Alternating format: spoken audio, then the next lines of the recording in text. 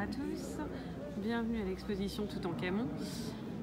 Ici vous allez découvrir des pièces uniques qui n'ont jamais été présentées en dehors du Caire.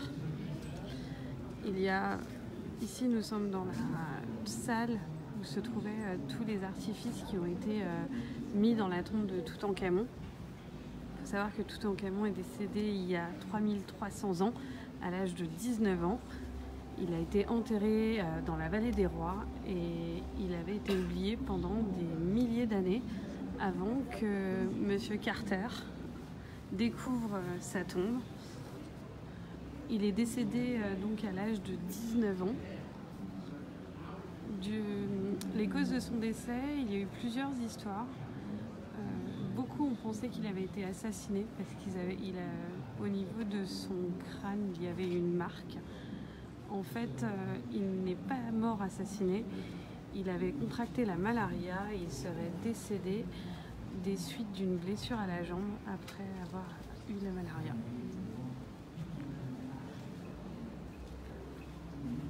Donc, comme on vous le disait, il y a plusieurs œuvres totalement uniques qui sont présentées dans cette exposition. En l'occurrence, vous avez cette figurine d'Horus qui est pour la première fois visible en dehors de l'Égypte.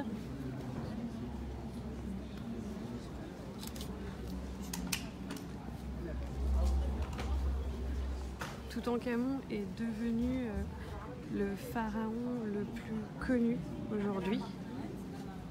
Il a été enterré en plus avec deux de ses filles qui étaient des bébés morts-nés. La mère serait en fait l'une des filles de Néfertiti.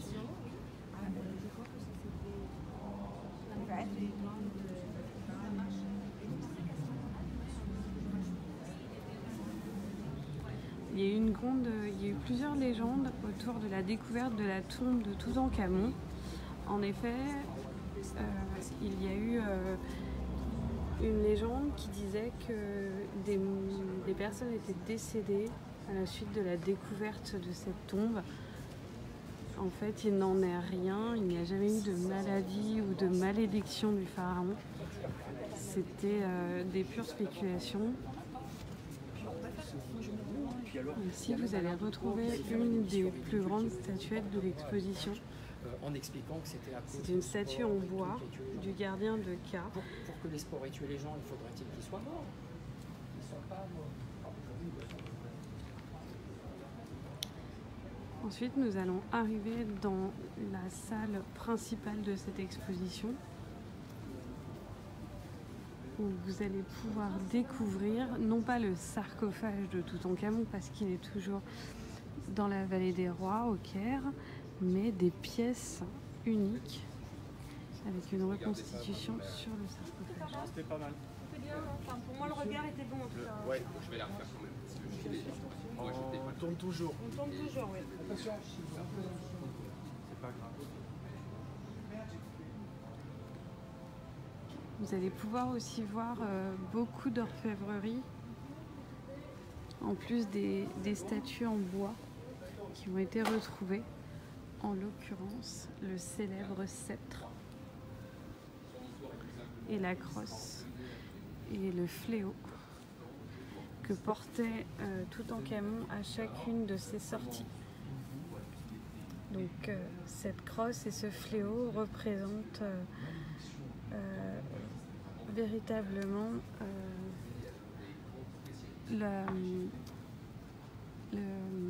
l'intimité qu'il avait avec Osiris. Voilà.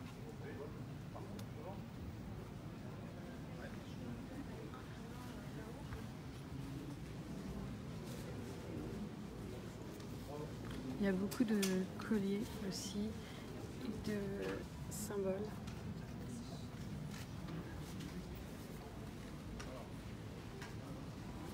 Là, on va pouvoir véritablement voir donc le sarcophage qui a été reconstitué avec donc des parties originelles, à savoir le scarabée ici. les 4 bandelettes horizontales et 2 bandelettes verticales. Et donc les sandales de la momie qui étaient en or. Des doigtiers et des clous qui étaient en argent. On va continuer cette exposition en découvrant la prochaine salle.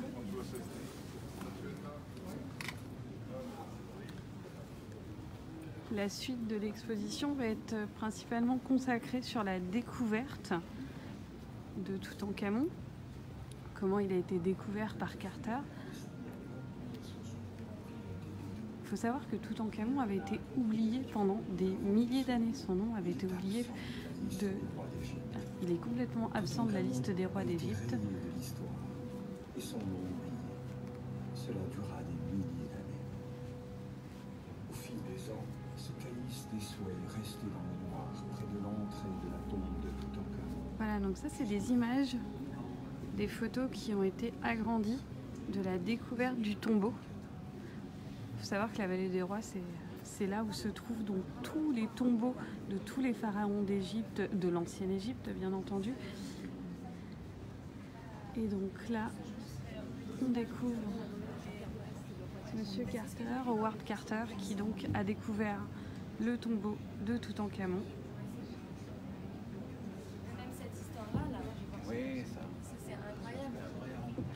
Donc là, clairement, c'est toute la chronologie de Howard Carter, comment il est arrivé en Égypte, comment il a réussi à négocier les recherches pour découvrir le sanctuaire de Toutankhamon. Et donc c'est en 1922 qu'il a fait la découverte du tombeau. Donc là-dedans, il y a en effet l'histoire de la malédiction de la momie, parce que Lord Carnarvon, qui donc est la personne qui a payé toutes les expéditions de Carter, décède d'une infection suite à une piqûre de moustique en fait. Et en fait, il y a eu plusieurs décès qui font qu'il y a eu cette fameuse histoire de la malédiction de la momie. Le beau-frère de Lord Carnarvon aussi meurt en 1925 lorsque la momie est débarrassée de ses enveloppes. On constate qu'il y a plusieurs lésions sur la momie qui rappellent la mort de Lord Carnarvon. Et ensuite, il y a eu plusieurs personnes donc, qui sont décédées de mort prématurée au moment de la découverte du tombeau. Ensuite, on continue la chronologie. Donc, il y a à partir du moment où le tombeau a été fermé, et en 1939, Carter décède. Mais il aura marqué l'histoire avec cette fameuse découverte. Avec les technologies actuelles, on a pu découvrir de quoi est décédé Toutankhamon aussi jeune. Donc voilà, il y a eu plusieurs ressemblances avec son arrière-grand-père, il me semble, Toutmosis. Et donc la fameuse hypothèse de l'assassinat, qui en fait est écartée plus tard grâce aux analyses ADN, et donc qui explique qu'il avait contracté la malaria et qu'il serait décédé des suites d'une blessure accidentelle, et à cause de la faiblesse de la maladie, il n'a pas réussi à survivre. Et donc les fameux bébés momifiés qui seraient donc les 2 filles mort-nées de Toutankhamon. Le fameux arbre généalogique. L'arbre généalogique qu'on va retrouver un petit peu plus loin, beaucoup plus complet en fait, avec une photo de la momie. Une photo de Toutankhamon dépouillé. Donc voilà, alors Toutankhamon donc aurait eu donc 2 filles mort-nées, avec la fille d'Akhenaton et de Néfertiti. Akhenaton qui se trouve aussi être le père de Toutankhamon, la mère de Toutankhamon n'étant pas indiquée. Et donc là, on a les grands-parents et Toutmosis qui est bien l'arrière-grand-père de Toutankhamon.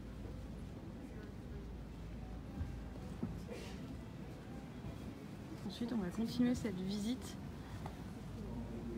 avec la dernière pièce maîtresse de cette exposition qui est juste monumentale. Donc c'est un colosse, clairement c'est un colosse en pierre. Il me semble qu'il est fait exactement de quartz. Donc ce colosse a été retrouvé donc, devant la tombe de Toutankhamon. Il y en aurait eu deux en fait à l'époque qui auraient été créés, mis en place devant sa tombe. On peut voir, vous ne verrez pas forcément très bien, mais vous le verrez dans le reportage complet, il y a des couleurs, des restes de peinture qui expliquent que la statue aurait été très colorée. Et donc elle est assez impressionnante. Là-bas, il y a eu toute une histoire sur le fait que la ceinture de la statue où portait le nom de Toutankhamon aurait en fait été remplacée par le nom de Haï, je crois que ça se dit comme ça. Mais c'est bien une statue de Toutankhamon. Et voilà, cette exposition se termine avec ça. C'est clairement magnifique. On vous invite réellement à aller venir découvrir cette exposition.